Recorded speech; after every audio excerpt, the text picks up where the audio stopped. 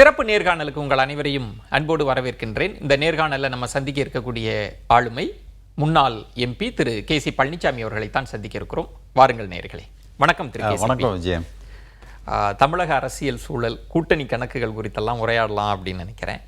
முதல்ல பிரதமரினுடைய கோவை விசிட் அப்போ கூட்டணி பேச்சுவார்த்தைலாம் இருக்குன்ற துணியில் எல்லாரும் பேசினாங்க. ஆனால் அப்படி ஒன்றும் நடக்கலை. எப்படி புரிஞ்சுக்கிறது? பிரதமர் பொறுத்த வரைக்கும் நேரடியாக இந்த கூட்டணி, மாநில அரசியல், இந்த தேர்தல், அந்த கணக்குகளில் அவர் தலையிடுறதில்லை. அது பெரும்பாலும் அமித்ஷா அளவுலேயே முடிச்சிடுறாங்க. அதை தாண்டி பிரதமர்கிட்ட அமித்ஷா வேணா டிஸ்கஸ் பண்ணிக்கலாம். ஆனால் பிரதமர் இடத்துல நேரடியான பேச்சுவார்த்தைகள் அப்படிங்கிறது பெருசா நடக்கிற மாதிரி சமீப காலங்கள்ல இல்லை. அதனால அதற்கு வாய்ப்பு குறைவு.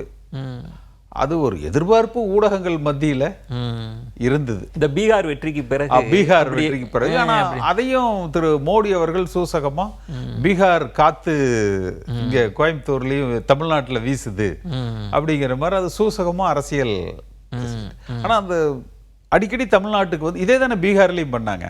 அடிக்கடி தமிழ்நாட்டுக்கு அந்த பீகாருக்கு prime minister visit, government functions, அதுல அவங்கள ப்ரொஜெக்ட் பண்ணி பிஜேபியை மையப்படுத்தி பேசினாங்க.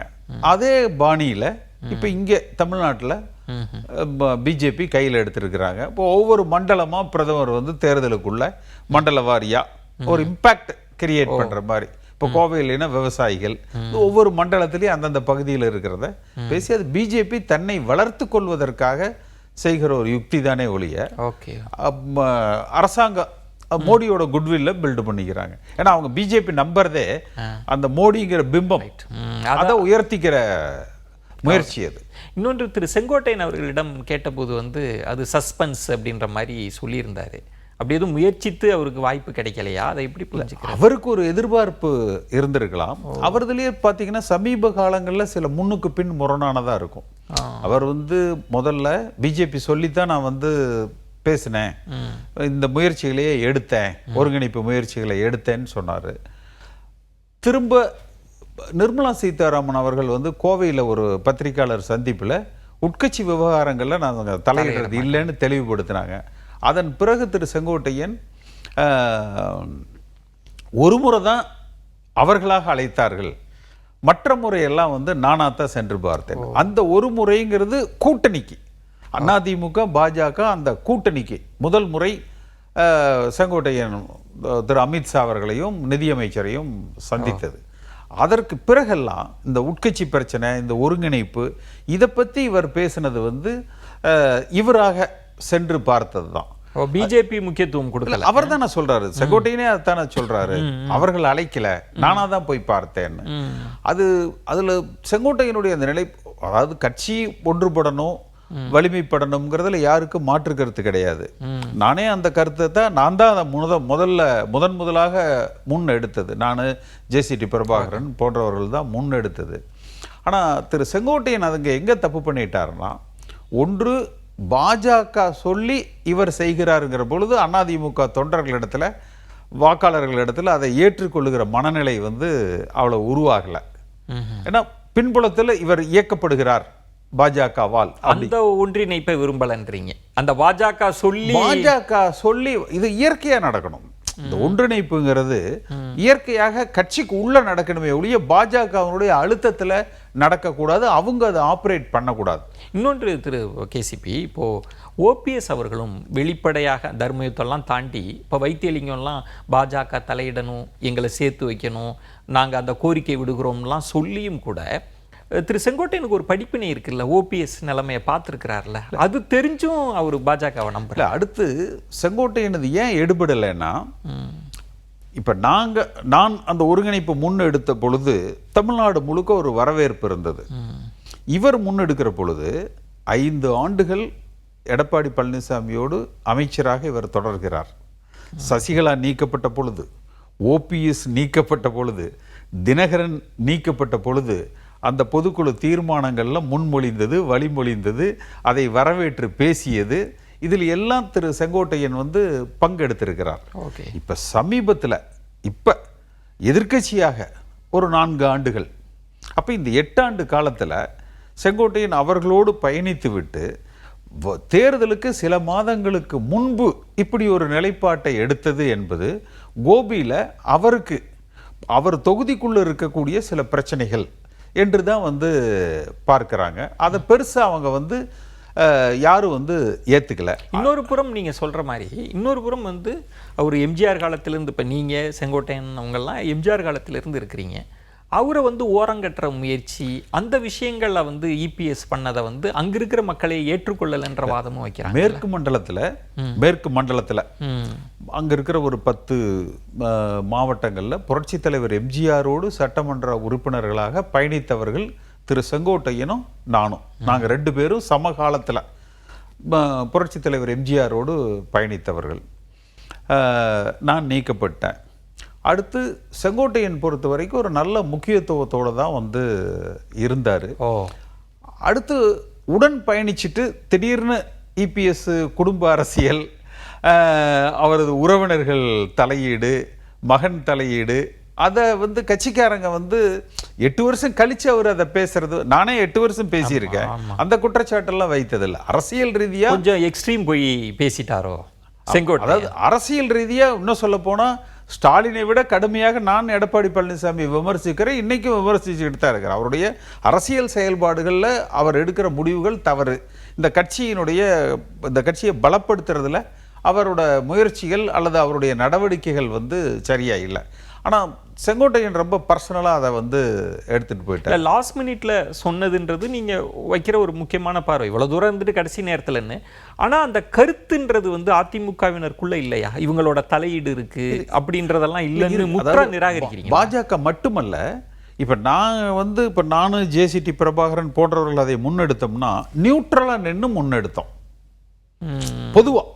ஆனால் இவர் பசும்பொன்னில் போய் அவர்களோடு நின்று திரு தினகரன் பத்திரிகையாளர் சந்திப்பு நடத்துறார்.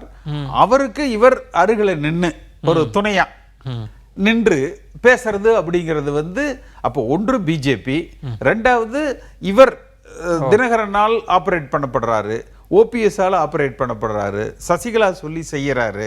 அது 8 வருஷம் அவர்களோடு பயணித்து விட்டு, எடப்பாடி தரப்போடு பயணித்து விட்டு அதை பேசுறாரு. இவ்வளவு நாள் சொல்லாம திடீர்னு குடும்ப அரசியலுங்கிறாரு, திடீர்னு கொடநாடு கொலை வழக்குல இவர் தான் A1ங்கிறாரு.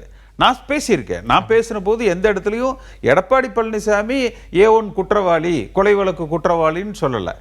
கொடநாடு கொலை வழக்கு நேர்மையாக விசாரிக்கப்பட்டு உண்மை குற்றவாளிகள் கண்டறியப்பட வேண்டும். என்னோட எல்லா இதையும் பாருங்க, அதை நான் பேசியிருப்பேன். ஆனா அவர் தான் A1 அப்படின்னு சொல்லி கூட இருந்த அமைச்சராக, அப்ப நீங்க எப்படி 8 வருஷம் இதுல அமைதியா இருந்தீங்க?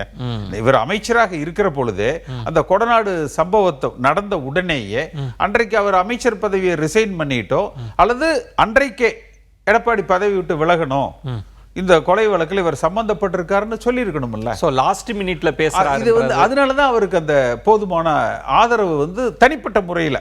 அப்போ இவர் மீண்டும் அதிமுகவுக்கு வர்றதுக்கெல்லாம் வாய்ப்பு இல்லையா? பாஜக அதை செய்யறதுக்கான வாய்ப்பெல்லாம் செங்கோட்டையன் பொறுத்த வரைக்கும் அந்த வாய்ப்புகள் குறைச்சல்.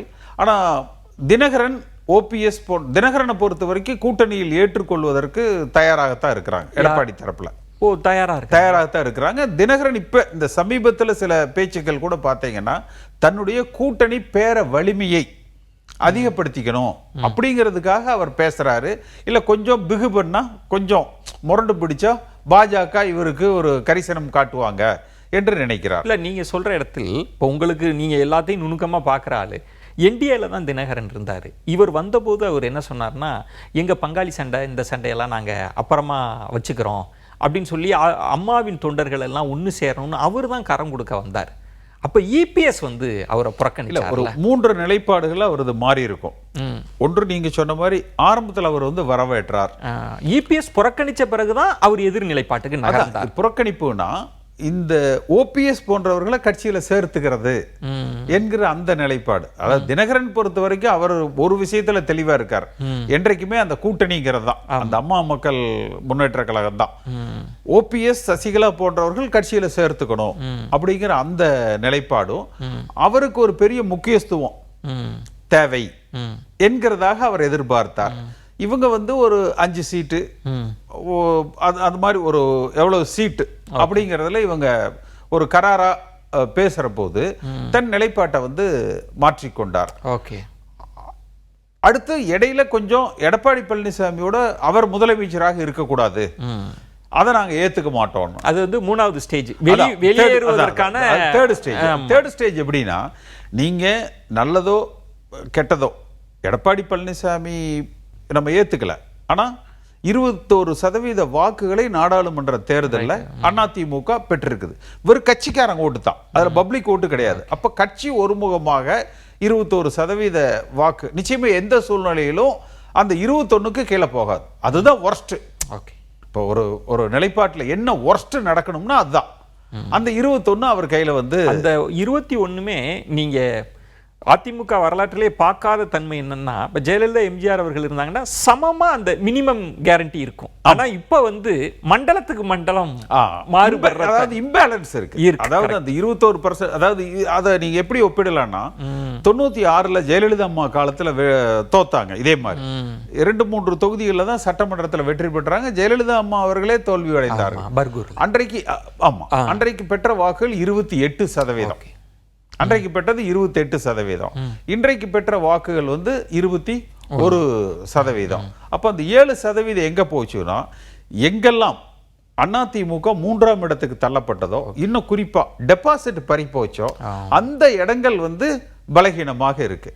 அப்ப அந்த இடங்கள்ல நம்ம பலப்படுத்தணும்னா இந்த ஒற்றுமை வந்து அவசியம். நீங்க அதிமுக 3ஆவதா போனது, ஒருவேளை அன்றைக்கு என்டிஏ தனியா இருந்தது, இன்றைக்கு என்டிஏ கூட கூட்டணிக்கு வந்துடுறாங்க என்று எடுத்துக்கொண்டாலும் கூட, அந்த என்டிஏல தினகரனும் ஓபிஎஸும் இருந்தாங்க. அப்ப அது தேவையாயிடுது. குறிப்பா அதெல்லாம் பாத்தீங்கன்னா தென் மாவட்டங்களா இருக்கு. அப்ப அது ஒரு அவசிய தேவை. சோ இப்போ தினகரனை கொண்டு வருவதற்கு இபிஎஸ் தயாரா தான் இருக்கா, கூட்டணியில சேர்த்துக்கிறதுக்கு தயாரா இருக்கிறாங்க. இடையில அவர் இந்த எடப்பாடி பழனிசாமி சிஎம்மா இருக்கக்கூடாது, முதலமைச்சர் வேட்பாளராக, அது தவறு. ஏன்னா 2% வாக்கு வச்சிருக்கிறவங்க நீங்க வேறொரு கட்சி, நீங்க எப்படி வந்து அதிமுக யார் தலைமையில் இருக்கணும்னு இவர் எப்படி முடிவு செய்ய முடியும்? நீங்க சொல்வது ஒரு பாயிண்ட். 21% வச்சிருக்கிறாங்கன்றத பாஜகவில் நயினார் நாகேந்திரனும் அதை சொன்னாரு.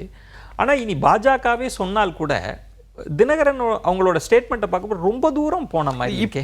இப்ப சமீபத்தில் பார்த்தீங்கன்னா கொஞ்சம் அதை அவர் அவ்வளவா பேசுறது இல்லை, கொஞ்சம் பிரேக் போடுறாரு. இப்ப சமீபத்தில் பார்த்தீங்கன்னா அதை அப்படியே பேலன்ஸ் பண்ணிட்டு நாங்க ஜனவரியில தான் முடிவெடுப்போம், ஜனவரியில தான் முடிவெடுப்போம். அவர் அதிகமா விஜயை தான் சொல்றாரு, தாவேகா தான் சொல்லி. நீங்க விஜய் பொறுத்த வரைக்குங்க, இவர்களுக்கு வந்து விஜயோட போனா அதிமுகவினுடைய அருமையை இவர்கள் புரிந்து கொள்வார்கள்.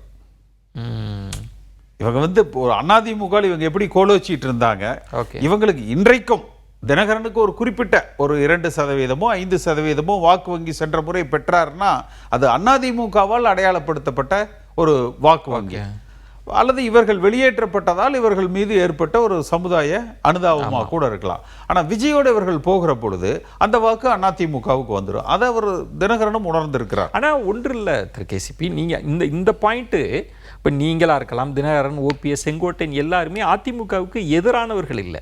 எந்த புள்ளியில் அவங்கெல்லாம் இபிஎஸ் அவங்களுக்கு எதிராக என்ன அதில் ஒப்பிடுறது சரியா வராது. ஏன்னா தினகரனோ திரு ஓபிஎஸ் அவர்களோ அவங்களுக்கு ஃபர்ஸ்ட் அதிமுக, செகண்ட் ஆப்ஷன் ஒருவேளை வேற வழியே இல்லைன்னா திமுகவுக்கு போறது கூட அவங்க தயாராத்தான் இருப்பாங்க. ஏன்னா ஓபிஎஸ் தான் அதை சொன்னாரு, திரு ஸ்டாலின் அவர்கள் வீட்டில் சந்திச்சுட்டு வந்து வெளியில சொன்னாரு. Third option Vijay. அந்த மாதிரி இருக்கு. என்னை பொறுத்த வரைக்கும் the only one அதிமுக, அது வாழ்வோ இல்லையோ அரசியல் அப்படின்னா அது அதிமுக. இன்னும் சொல்ல போனா எனக்கு இவர்களுக்கெல்லாம் கிடைத்ததை விட 2021 தேர்தலில் எனக்கு மிகப்பெரிய வாய்ப்புகள் வந்து வழங்கப்பட்டது. அதற்கு பிறகு வந்த நாடாளுமன்ற தேர்தல், 2019 நாடாளுமன்ற தேர்தல், பல வாய்ப்புகள் வந்து எனக்கு வந்திருந்தது. செந்தில் பாலாஜியை விட பல மடங்கு நான் வந்து மேல போயிருக்கலாம். திமுகவிடம் இருந்து ஆஃபர், அதுக்கு வந்து நான் அதை விரும்பல. ஓகே. அந்த வாய்ப்புகள் இருந்திருக்கலாம். பல பேர் திரு ரவீந்திரன் துரைசாமியே அதை பல விவாதங்கள்ல பல விமர்சனங்கள் சொல்லியிருப்பாரு. இன்னைக்கு முதல்வர் அன்னைக்கு எதிர்க்கட்சி தலைவராக இருந்தவங்க வந்து பார்க்கறாங்கன்றது அதை வந்து நான் விரும்பல. அதை என்றைக்கும் அதிமுக, எம்ஜிஆர், ஜெயலலிதா அம்மா, ரெட்டலை இதுலயே நம்ம பயணிக்கணும். நீங்க வந்து அந்த இணக்கப்பாடு இவங்க யாருமே அதுல இல்ல, அந்த வளையத்துக்குள்ள இவங்க இல்ல. அவங்களுக்கு ஆப்ஷன்ஸ் வச்சிருக்காங்க, ஆப்ஷன்ஸ் வச்சுக்க. இப்ப அதே போல செங்கோட்டையன் எடுத்தீங்கன்னா பாஜக, இப்ப நான் பாஜகவையும் எதிர்த்து அதிமுக அரசியல் செய்யணும், அதுக்காகத்தான் நான் நீக்கப்பட்டேன். இன்னொன்னு பாத்தீங்கன்னா ஏன் ஓபிஎஸ் நீக்கப்பட்டார்? பொதுச் செயலாளர்ல யாருங்கிற போட்டி. ஏன் தினகரன் நீக்கப்பட்டார்? முதலமைச்சருக்கு எடப்பாடி பழனிசாமியோடு போட்டி. ஏன் செங்கோட்டையன் நீக்கப்பட்டார்? தலைமைக்கு எதிராக கலகம். நான் ஏன் நீக்கப்பட்டேன்? பாஜகவுக்கு எதிராக நீங்க நம்ம திராவிட இயக்கமாக, திராவிட கட்சியாக நம்ம அதிமுக வழிநடத்தப்படணும்னு சொல்றேன். அதுக்காக நான் நீக்கப்பட்டேன். அது வந்து ஒரு கொள்கை. அப்ப அதுல என்னுடைய நிலைப்பாடு சரி, உங்க ஸ்டாண்ட்ல நீங்க சொல்றீங்க, அதுல வந்து சரி. இன்றைக்கு நீங்க தமிழ்நாட்டு அரசியல் என்ன நடக்குதுன்னா, திரு ஸ்டாலின் அவர்கள் பாருங்க, பாஜக பாருங்க, இந்த இன்றைய வர்ற தேர்தல் களம் எப்படி கட்டமைக்கப்படுது? ஒன்று இந்த கவர்னர் அதிகாரங்கள், உச்ச நீதிமன்ற தீர்ப்பு, அதுல பாஜகவும் திமுகவும் அரசியல் செய்யறாங்க. அடுத்து எஸ்ஐஆர், அதுல பாஜகவும் திமுகவும் அரசியல் செய்யறாங்க. அடுத்து இந்த மெட்ரோ ட்ரெயின் கோயம்புத்தூர் மதுரை, இதுல பாஜகவும் திமுகவும் அரசியல் செய்யறாங்க. அடுத்து இந்த நெல் கொள்முதல், ஈரப்பதம், பாஜகவும் திமுகவும் அரசியல் செய்யறாங்க. அப்ப இந்த களம், தமிழ்நாட்டு அரசியல் களம் என்பது அதிமுக வலுவாக நாம் செயல்படாவிட்டால் பாஜகவும் திமுகவும் இந்துத்துவா திராவிடம் என்கிற அந்த சித்தாந்தம் கட்டமைக்கப்பட்டு, திமுகவும் அதை என்ன நினைக்கிறாங்கன்னா, இந்த அரசாங்கத்தினுடைய பலகீனங்கள், அதாவது ஆன்டி இன்கம்பன்சியோ, anti Modi, anti Hindutva, anti பிஜேபியோ சமப்படுத்தி விட்டால் போதும், நியூட்ரலைஸ் பண்ணிடலாம், நாம எளிதாக வென்று விடலாம் என்று. பாஜக என்ன நினைக்கிறாங்க? களத்தை எப்படியாவது பாஜகவா திமுகவா எந்த அணி வெற்றி பெறும் என்பதை நோக்கி கட்டமைத்து விட்டால் போதும், எதிர்காலம் நமக்குன்னு. நீங்க அதே பார்த்தீங்கன்னா, இன்னைக்கு திரு எடப்பாடி பழனிசாமி பேட்டி கொடுத்தார். இன்று பத்திரிகையாளர் சந்திப்பு வந்து சேலம் ஏர்போர்ட்ல நடத்துறாரு. அது விவாத பொருள் ஆகல. ஆனால் தம்பித்துறை பேட்டி ஒரு கூட்டத்தில் பேசுறாரு, அங்க தனிச்சு தான் ஆட்சி, கூட்டணி ஆட்சி இல்லைன்னு. இபிஎஸ் அவங்க தான் முதலமைச்சர். அப்ப எது ஒரு விவாத பொருளாக பேசும் பொருள் ஆக்கப்படுது, அரசியல் களத்துல பெரிதும் தாக்கத்தை ஏற்படுத்து, நான் ஊடகங்கள் கூட சொல்ல மாட்டேன், அரசியல் களத்துல தாக்கத்தை ஏற்படுத்துதுன்னு பார்த்தீங்கன்னால் அதிமுகனா உட்கட்சி பிரச்சனைகள். அதுதான் எடப்பாடி பழனிசாமி பேசுற திமுகவுக்கு எதிரான அந்த நிலைப்பாடுகள், ஒருவேளை அவர் இன்னும் பவர்ஃபுல்லா அதை டெலிவரி பண்ணலையா, இல்ல அதை இன்னும் கொஞ்சம் அந்த பிரசன்ட் பண்ணி அந்த வாதங்கள் அல்லது கட்சி இன்னும் கொஞ்சம் பலப்படுத்த வேண்டுமா, அது எந்த இடத்துல குறைபாடுன்னு பார்த்து அது சரிப்படுத்தப்படணும். அப்ப அந்த ஏன் திமுக அதிமுக என்று களத்தை கட்டமைக்க திரு எடப்பாடி பழனிசாமி எடுக்கிற அந்த முயற்சிகள் பெரிய பலன் இதுவரைக்கும் தரல. ஆனால் திமுக எடுக்கிற பாஜக திமுக என்கிற அந்த சித்தாந்த அரசியல் வந்து பலமாக கட்டமைக்கப்படும். அதுல இன்னொரு நுணுக்கமான இடம்ன்றது, கடந்த நாடாளுமன்ற தேர்தலுக்கு முன்பாக கூட திரு இபிஎஸ் அவர்கள் விவசாய சட்டத்தை அவர் வலிந்து வந்து ஆதரித்த தன்மை பார்க்கிறோம், சிஏஏக்கு வலிந்து வந்து. இப்போ இங்கும் நீங்க சொல்றீங்க அப்படி ஒரு நெரேஷன் இருக்கு, பிஜேபி வெர்சஸ் ஏடிஎம்கே அப்படின்னா. பல பிஜேபியோட திட்டங்களுக்கு அதிமுக ஆதரிச்சு தானே பேட்டி கொடுக்கிறது. அதுதான் சொல்றேன். அதாவது இன்றைக்கு அதிமுகவுக்கு ஏற்பட்டிருக்கிற ஒரு துர்பாக்கிய நிலை என்பது பாஜகவை சார்ந்து அரசியல் செய்கிற மாதிரி ஒரு தோற்றம். என்னதான் எடப்பாடி பழனிசாமி அவர்கள் தன்னிச்சையாக நாங்கள் முடிவெடுக்கிறோம் என்று சொன்னாலும், பாஜக உட்கட்சி பிரச்சனையில நாங்கள் தலையிடுறது இல்லைன்னு சொன்னாலும், ராஜேந்திர பாலாஜி போன்றவர்கள் பேசுறாங்க இல்லையா, எல்லாம் மோடி மேல் இருக்கிறவங்க பார்த்துப்பாங்கிறது. இப்ப இந்த பீகார் வெற்றிய எடப்பாடி பழனிசாமி, எனக்கு பீகாரை பத்தி எதுவும் தெரியாதுங்க, நம்ம தமிழ்நாடு பேசுவோம். ஆனா கீழே அதிமுக தொண்டர்கள் மத்தியில இதுவரை இல்லாத அளவுல பாஜக பீகார்ல ஜெயிச்சதுக்கு அதிமுக தொண்டர்கள் ஸ்வீட் கொடுக்குறாங்க. கோயம்புத்தூர்ல எல்லாம் சில மாவட்டங்கள்ல பத்திரிகை செய்திகள். அப்ப பாஜகவை சார்ந்து அரசியல் செய்கிற நிலையும் அதிமுக கட்சிக்கு அந்த வாக்காளர்கள் மத்தியிலையும் அந்த சார்பு நிலை தவிர்க்கப்படணும். ஓகே, அது எதிர்கால அதிமுகவின் வளர்ச்சிக்கு பாதகமாக அது அமையும். இன்னும் கொஞ்சம் கடுமையா போராடி களத்தை நாம் திமுக அதிமுகன்னு திருப்பணும். அதை திருப்பணும். ஏன்னா இப்ப திரும்ப பீகார்லயே என்ன பண்ணாங்க, நிதிஷ்குமார் என்கிறவருடைய முகமூடியை முன்னால வச்சுக்கிட்டு பாஜக காங்கிரஸ் அல்லது பாஜக லல்லு பிரசாத் என்கிற, அதாவது மோடி வெர்சஸ் லல்லு பிரசாத், அப்படித்தான் அங்க பர்செப்ஷன் பேட்டில்ல நிதிஷ் இல்ல. ஆனா அவரோட அந்த மாஸ்க், அந்த முகத்தை அடையாளப்படுத்திக்கிட்டாங்க. அப்ப தமிழ்நாட்டிலையும் அப்ப இப்ப இன்றைக்கு என்ன பாருங்க, பீகார்ல என்ன நடந்தது, நிதிஷ்குமார் இன்றைக்கு இல்லாவிட்டாலும் கூட பாஜகவுக்கே ஆட்சி அமைக்கிற பலம் இருக்கு. நிதிஷ்குமாரும் தேஜஸ்வியும் இணைந்தால் கூட பாஜக ஆட்சி அமைக்கிற பலத்தை பெற்றிருக்கிறாங்க. அப்ப தமிழ்நாட்டிலையும் பாஜக விரும்புறது அவர்களை வளர்த்து கொள்வதற்கு அவர்கள் பேசும் பொருளாக இருக்கணும். இப்போ ஒரு அடிக்கடி பாஜக தலைவர்கள் இங்க வர்றது, திட்டங்கள், திமுகவும் அதை என்கரேஜ் பண்றாங்க. இந்த களத்தை உங்களோட களத்தை அவர்களுக்கு ஒத்துழைக்கிறாங்க, தயார்படுத்துறாங்க. ஏன்னா களம், நான் இது பல இதுல சொல்லியிருக்கேன், நீங்கள் திராவிடமா இந்துத்துவா என்றால் தமிழ்நாட்டு மக்கள் திராவிடத்தின் பக்கம் நிற்பார்கள். நீங்கள் திமுகவா அதிமுகவா என்றால் தமிழ்நாட்டு மக்கள் அதிமுக பக்கம் நிற்பாங்க. இந்த வாசகங்களை புரிந்து கொண்டு நம்ம அதிமுகவை ஒரு அடுத்த நிலைக்கு, ஒரு வலுவான நிலைக்கு கட்டமைக்கணும். இதுல விஜய் எதிர்பார்ப்பு எப்படி சார்? விஜய் மீது ஒரு பெரிய எதிர்பார்ப்பை விதைச்சாங்க, அது மெல்ல மெல்ல அதிலிருந்து கொஞ்சம் யார் விதைச்சாங்கன்னு நீங்க நினைக்கிறீங்க? நீங்களே வார்த்தைகளை விதைத்தார்கள்னு சொல்றீங்க. இதை நிச்சயமா விஜய் விதைக்கல. விஜய் வேணா அதை அறுவடை செய்வதற்கு தயாரானார். சைலண்டா அப்படியே இருந்து அவர் ஒண்ணு இதை விதைக்கல. அதிமுக தரப்புல இருந்து பிள்ளையார் சொல்லிய போட்டாங்க. அடுத்து கரூர்ல வாண்டடா போய் வண்டியில் ஏறுற மாதிரி அவர்களை ஒரு எல்லைக்கு அப்பால் சென்று ஆதரித்தார்கள். அப்ப அதெல்லாம் விஜய்க்கு ஒரு ஊக்கத்தை கொடுத்தது, ஒரு பூஸ்ட் கொடுத்தது. அவர் எதுவுமே கமிட் பண்ணிக்காம அமைதியாக இருந்தார். அப்ப இன்றைக்கு அதிமுக விஜய் இல்ல என்கிற அந்த ஆப்ஷனுக்கு கிட்டத்தட்ட வந்துட்டாங்க. அப்படின்றீங்க? கிட்டத்தட்ட விஜய் இல்லை. விஜய் இல்லாமல் நாம் இந்த களத்தை சந்தித்து வென்றுவிட முடியும் என்பதில் அதிமுகவினுடைய நிலைப்பாடு மிக சரியாக. உதயகுமார் அவர்கள்லாம் சொன்னப்ப ஒரு சிறப்பு பொதுக்குழுல தீர்மானம்னா அவர் உதயகுமார் சொன்னார், கை பிறந்தால் அது போன மாசம். இப்ப சமீபத்தில் இப்ப இன்றைய தேதிக்கு விஜய் தேவையில்லை. விஜய் வராவிட்டாலும் வந்திருந்திருக்கலாம். ஆனால் அவங்க அந்த பொதுக்குழு தீர்மானத்துக்கு பிறகு அதிமுக அவருக்கான அந்த ஆப்ஷனை நிறுத்திட்டாங்க. விஜய் இல்லாமல் இந்த களத்தை சந்திப்பதற்கு,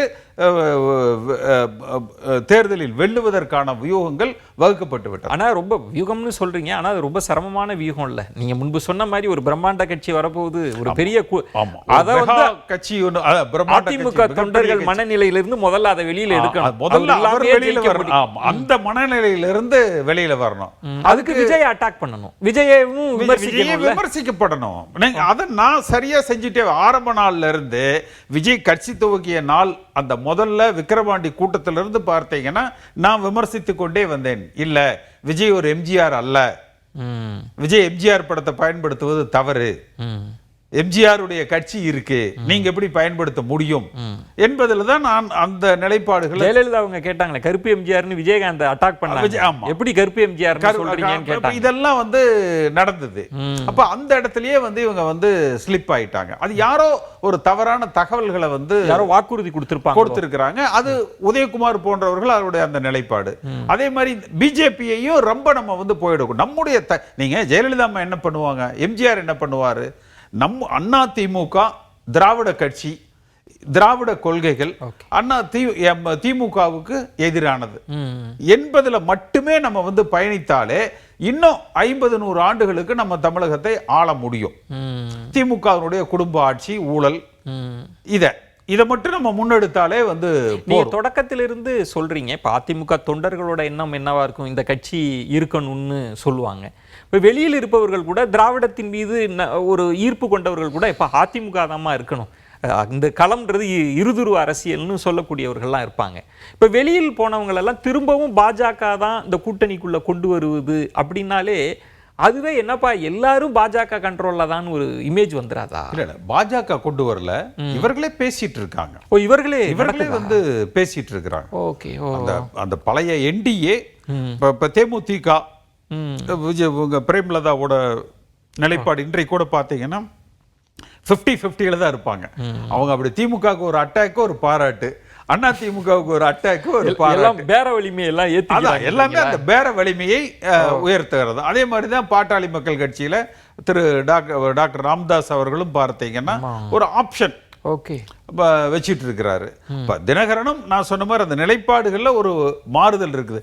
இன்னும் இதுல வந்து முடிவெடுக்காத ஒரே இது வந்து ஓபிஎஸ் தனி கட்சி என்பது எடப்பாடி பழனிசாமி தரப்பினுடைய எண்ணம். ஓபிஎஸ்க்கு கட்சியில் இணைய வேண்டும் என்பது அவருடைய ஆசை.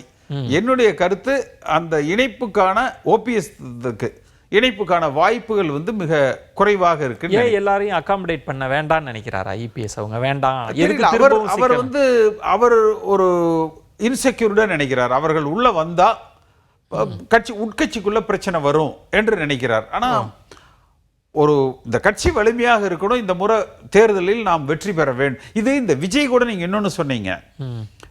விஜய்க்கு ஏன் இவ்வளவு ஏற்பட்டதுன்னா, நாங்க சென்னையில வச்சு ஒன்றுபட்டு அதிமுகன்னு சொல்லி ஒரு இதை எடுக்கிற பொழுது அது கட்சிக்காரங்க மத்தியில் ஒரு ஒன்னா சேர்ந்தா ஜெயிச்சிடலானே என்று ஒரு ஒரு பிம்பம் அல்லது ஒரு எதிர்பார்ப்பு உருவானது. அதை தகர்ப்பதற்கு தான் ஒரு பிரம்மாண்ட கட்சி நம்ம இடத்துல வருது, ஒரு மெகா கட்சி நம்மோட கூட்டணிக்கு வருது. அப்ப இந்த ஒருங்கிணைப்பே தேவையில்லைன்னு ஆயிடுச்சு. எல்லாருமே விட்டுட்டோம். சரி விஜய், நானே சொன்னேன் விஜய் அதிமுகனா 200 சீட் ஜெயிச்சிடலாங்க என்பதாக வந்து இதுல பாஜகவை விடுத்து இனி அப்படி அணி அமைய வாய்ப்பு இல்லையா? எந்த சூழ்நிலையிலும் இனி குறைந்தபட்சம் வருகிற நாடாளுமன்ற தேர்தல் முடிகிற வரை பாஜகவை விட்டு எடப்பாடி பழனிசாமி வெளியேறுவதற்கு வாய்ப்பே கிடையாது. வாய்ப்பே கிடையாது. அது 100% உறுதியாக நம்ம அதை எடுத்துக்கலாம். பாஜக ஆதரவு பத்திரிகையாளர்களே என்ன சொல்றாங்கன்னா, இனி நீங்க சும்மா நீங்க ஜெயலலிதா அவங்க எம்ஜிஆர் அவங்க மாதிரிலாம் சொல்லாதீங்க. இனி இந்த கூட்டணியை அமைக்கணும்னா அது அமித்ஷா அவங்களா தான் முடியும். அன்புமணிகிட்ட பேசுறதுன்னா அமித்ஷா தான் பேசி வரவழைக்க முடியும். தினகரனை சமாதானப்படுத்த முடியும்னா அமித்ஷா தான் பேசி. பட் நாங்கள் லீட் எடுத்த பிறகு நீங்க உட்காந்துக்கிட்டு பழைய அதிமுகலாம் பேசாதீங்கன்னு சொல்றதை எப்படி பார்க்க? அது வந்து அவங்க ஆசைப்படலாம், அந்த மாதிரி எதிர்பார்க்கலாம் அவங்க. ஆனா இதெல்லாம் வந்து நடக்காது. அதிமுகங்கிறது ஒரு அன்புமணி இல்லாமல் இந்த கூட்டணி கட்சி சென்ற 2016 யார் இருந்தாங்க? என் போன்றவர்களது நிலைப்பாடு என்னன்னா, ஜெயலலிதா அம்மா இருந்தாங்க. இல்ல அவர்கள் இருந்தாங்க, ஆனா அந்த கட்சி இருக்குல்ல, அந்த கட்சி அதனுடைய கட்டமைப்பு இருக்குல்ல, அந்த உணர்வு கொண்ட எடப்பாடி பழனிசாமி ஒன்றை மட்டும் உணர்ந்தால் போதும், இவர் அதிமுகவின் சுப்ரீமோ அல்ல. இப்ப நீங்க ஊடகத்தில எல்லாம் இன்னைக்கு என்னம்பீங்க, அதிமுகவின் சுப்ரீமோ ஜெயலலிதா அம்மா. அது போல எடப்பாடி பழனிசாமி இல்லை, அல்லது அது எடப்பாடி பழனிசாமி அல்ல. Okay, he is first among equals. First அந்த நீதிபதிகள்ல சொல்லுவாங்க, அதாவது தலைமை நீதிபதினு ஒருத்தர் இருப்பாரு, எல்லாரும் சம அந்தஸ்து உள்ளவர்கள், அதாவது ஃபர்ஸ்ட் அமாங் ஈக்குவல்ஸ்.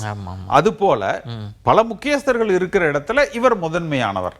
தான் சுப்ரீமோ அல்ல, தான் முதன்மையானவர் என்று உணர். அவர் பொதுச் செயலராக இருக்கலாம், ஏஃபார்ம் பிஃபார்ம் அவரே கையெழுத்து போட்டுக்கலாம், இறுதி முடிவுகள் அவரே எடுக்கலாம். பட் ஸ்டில் அது இன்னொரு 10 ஆண்டுகள் தன்னை அவர் நிரூபிக்கணும். தன் தலைமையில் 1-2 தேர்தல்களை வெற்றி பெற்றதற்கு பிறகுதான் அந்த நிலையை அடைய முடியும்.